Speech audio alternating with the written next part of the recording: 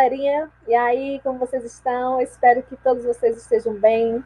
Vamos lá, gente, para mais aulas. E é isso, são aulas, mais aulas. Mas o melhor de tudo são aprendizados e aprendizados também, que é o que a gente que fica, que a gente leva, né? Então, estou eu aqui, a Isla Xavier, professora da Eren Carlos Rios, professora de língua portuguesa dos primeiros anos de ensino médio semi-integral. Então, vamos conferir aqui nosso conteúdo. É o que? Figuras de linguagem. Então, vamos tentar entender um pouquinho o que são as figuras de linguagem. Mas vejam só, vocês que são meus alunos, em sala de aula mesmo, presencial, nós já havíamos falado um pouquinho sobre figuras de linguagem. Então, para começar, vamos ver aqui esse exemplo que eu trouxe para vocês. Quem de vocês nunca ouviu falar na expressão uma carta na manga?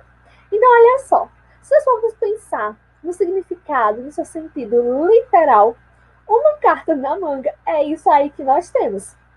Uma carta na manga.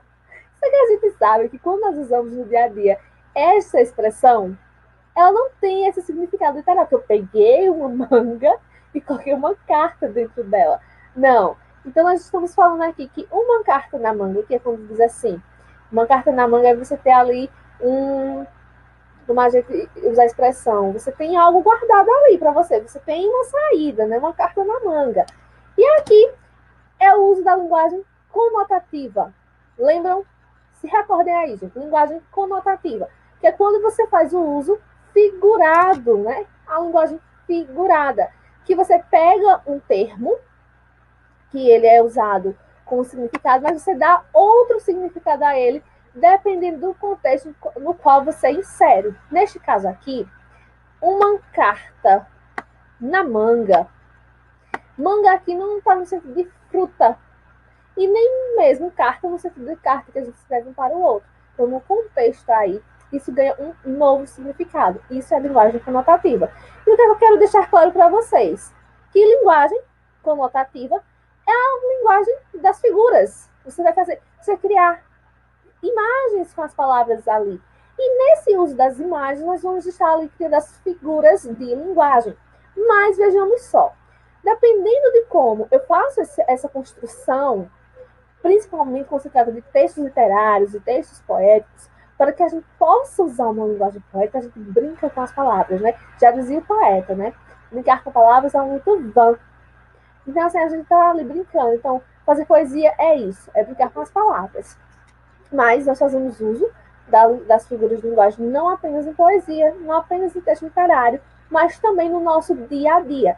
E vejam só como a gente deixa a linguagem mais expressiva. Vamos dar prosseguimento. Olhem aqui. Eu tenho aí a expressão.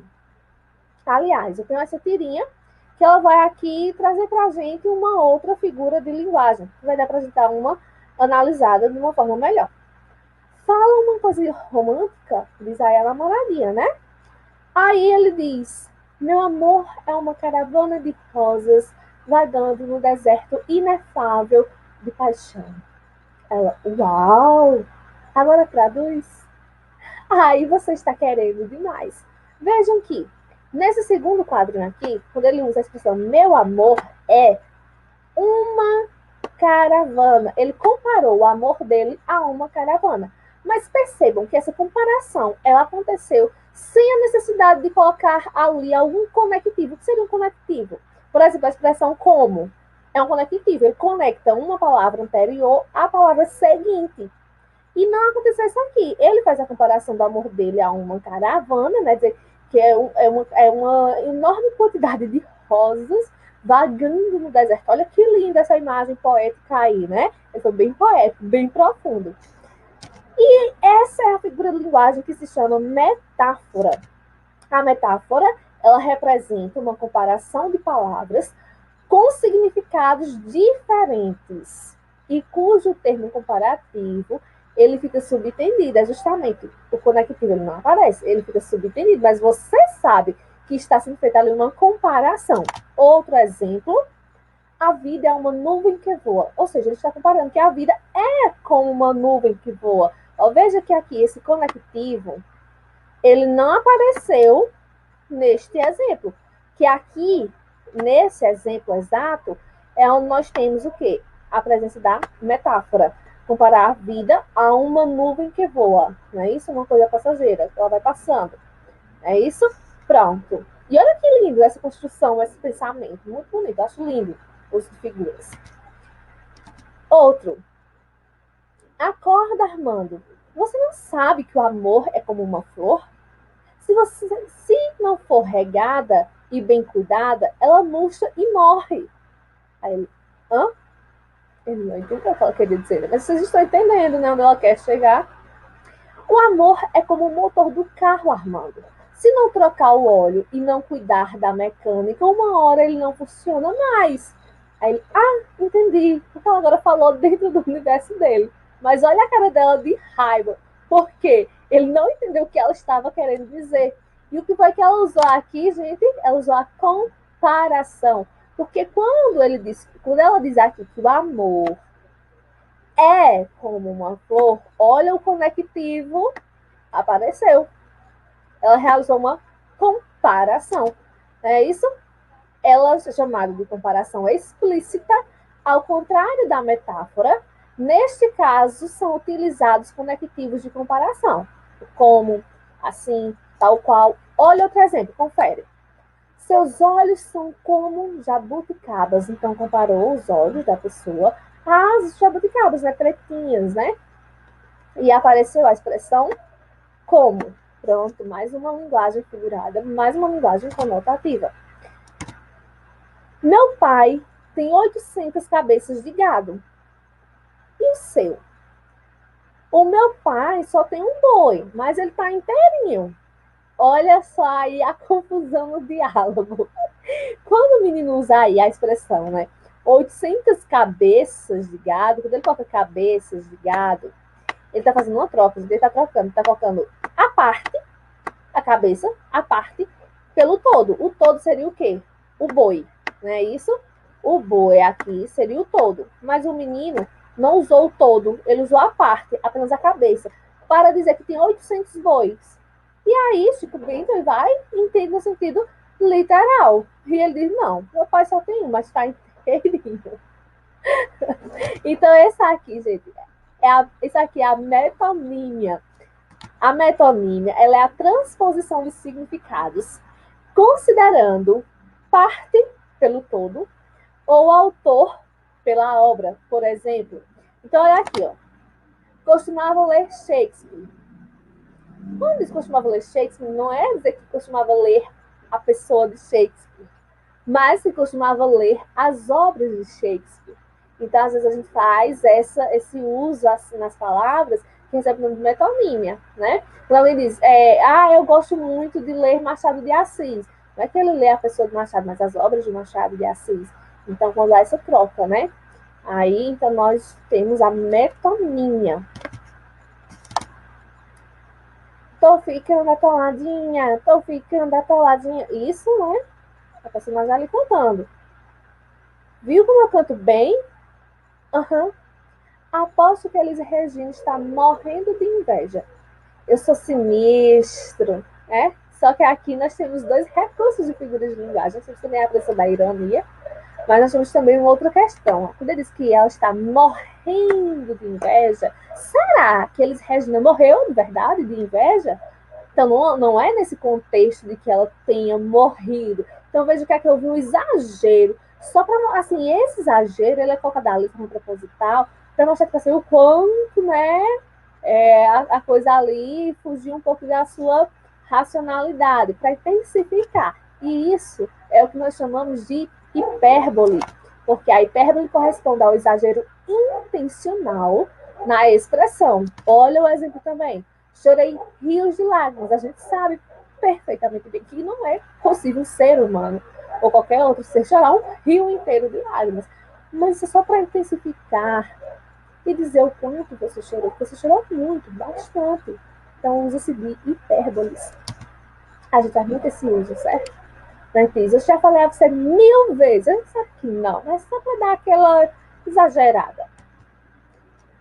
Fofoqueira não, querida. Eu sou produtora de biografias orais não autorizadas. Ela usou um termo bonito, né? Ela fez uma troca. Fofoqueira não pega bem, né? Tipo pejorativo. fofoqueiro. Ninguém quer ser chamado fofoqueiro. Aí ela suavizou. Ela disse que ela faz isso aí. Porque ela usou de um recurso, de uma figura de linguagem chamada eufemismo. E aí é quando você usa para suavizar o seu discurso. Segue um exemplo para vocês também, um outro. Entregou a alma a Deus. Essa é a forma mais suave para dizer que alguém morreu. Né? Então nós também costumamos falar, usar de eufemismos, até no nosso dia a dia mesmo.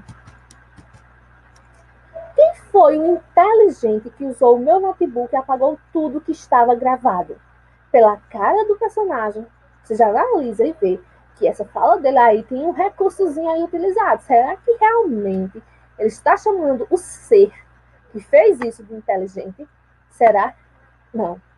Aqui o inteligente entrou aqui de forma irônica, ele usou da ironia, que é a representação do contrário daquilo que se afirma. A gente faz muito isso, né? Alguém faz uma coisa que a gente não acha muito bonito, não gosta muito, aí o que a gente faz? Parabéns, fulano. Lindo. Mas nós estamos sendo irônicos, né? Eu já fiz isso com vocês em sala de aula. Acho que não, né? Exemplo. É tão inteligente que não acerta nada.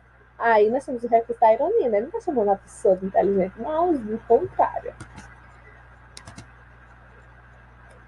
Primeiro quadrinho, tá lá, Zé Lelé se olhando no espelho. Tá se olhando no espelho, Zé Lelé? Eu não. Ele que tá me olhando. Aqui. Então, Zé Lelé, ele pega um objeto inanimado, que é o espelho, e ele dá uma característica ao espelho que é próprio do ser humano, o fato de olhar. Então, ele faz essa personificação, certo, gente? A personificação ou prosopopeia é a atribuição de qualidades e sentimentos humanos aos seres irracionais ou inanimados, né? Aqueles que não têm vida. Outro exemplo. O jardim olhava as crianças sem dizer nada. A gente sabe que o jardim não olha. Mas isso aqui é uma construção poética, uma linguagem poética, né? Outro exemplo. Sabe, Adão? Tudo precisa de um contraponto. Para existir um positivo, tem que haver um negativo. Para existir o um, tem que existir o menos um. Sem o mal, como saberíamos o que é o bem? O que seria da paz sem a guerra? O que seria do John sem a Yoko? O John, que é o John Lennon, e Yoko, a esposa do John Lennon, né? Veja que aqui nós temos a presença de pares opostos, é isso? Que é justamente o contraponto. Olha, se aqui é o contrário de positivo, negativo. O contrário do 1 é o menos 1, negativo. Ó, mal, contrário de mal, bem. Contrário de paz, guerra. Aí aqui ele fez uma jogada, né? Ele fez uma contextualização. Aí ele colocou aqui John e Yoko, né? Ele colocou que um é o contrário do outro, ao invés do outro, uma coisa assim. Pronto. Aí, isso aqui, como é que se chama? Então, agora, presta bem atenção nesta figura de linguagem, porque nós vamos ver ela dentro do barroco. Próximo assunto nosso de literatura, então se liga aí. Antítese. Gente, a antítese é um recurso, né? Uma figura de linguagem que usa termos que têm sentidos opostos. Olha, presta atenção aqui, se liga nessa dica. São termos. Termos é o mesmo que palavras, certo? Termos opostos. Então, pega palavras que têm a sua palavra oposta, né? Bem, mal, frio, quente, claro, escuro. Então, aqui nós temos a antítese. Olha um exemplo. Outro, né? Toda guerra finaliza por onde devia ter começado. A paz. Pronto. Antítese, né? Palavras opostas. Vamos continuar. Toda certeza é relativa. Tem certeza, professor? Absoluta, né? Nossa, tudo, né? Mas, oxê, como é que pode? Se ele disse anteriormente que toda certeza é relativa, como agora ele está tratando que ela pode ser absoluta, veja aqui que nós começamos a embaçar a ideia. Então, quando a ideia embaça, quando a ideia fica um pouco contraditória, quando o pensamento choca, nós temos uma outra figura de linguagem, que é o paradoxo. Muitas vezes as pessoas dizem assim, fulano está sendo paradoxal, ou seja, contraditório, porque tipo, ele diz uma coisa e faz outra. Então, o paradoxo representa o uso de ideias que têm sentidos opostos, não apenas de termos, tal como no caso da antítese, certo? A ideia que é oposta, e não a palavra em si, mas o termo que é oposto. A ideia, ela acaba tendo ali um conflito. É igual também lembrarmos de Camões, né? O amor é fogo que arde sem se ver. É ferida que dói e não se sente. Como é que dói e não sinto? Né? Então, esse é um recurso aí do paradoxo.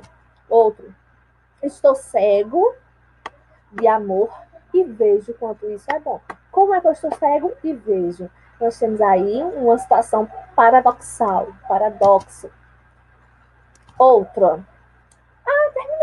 Terminamos essa aula, era isso que eu queria trazer um pouquinho para vocês. Eu trouxe apenas, gente, se liguem aí, viu, apenas algumas figuras de linguagem. Quem quiser continuar esse estudo, você vai ter que fazer o quê? Você vai pesquisar mais, se aprofunda aí, fica fera em figuras de linguagem. Beijos para vocês, um abraço e muito obrigada por terem assistido até aqui, porque eu acho que vocês assistiram até o final, né? Então, beijos, abraços e se cuidem.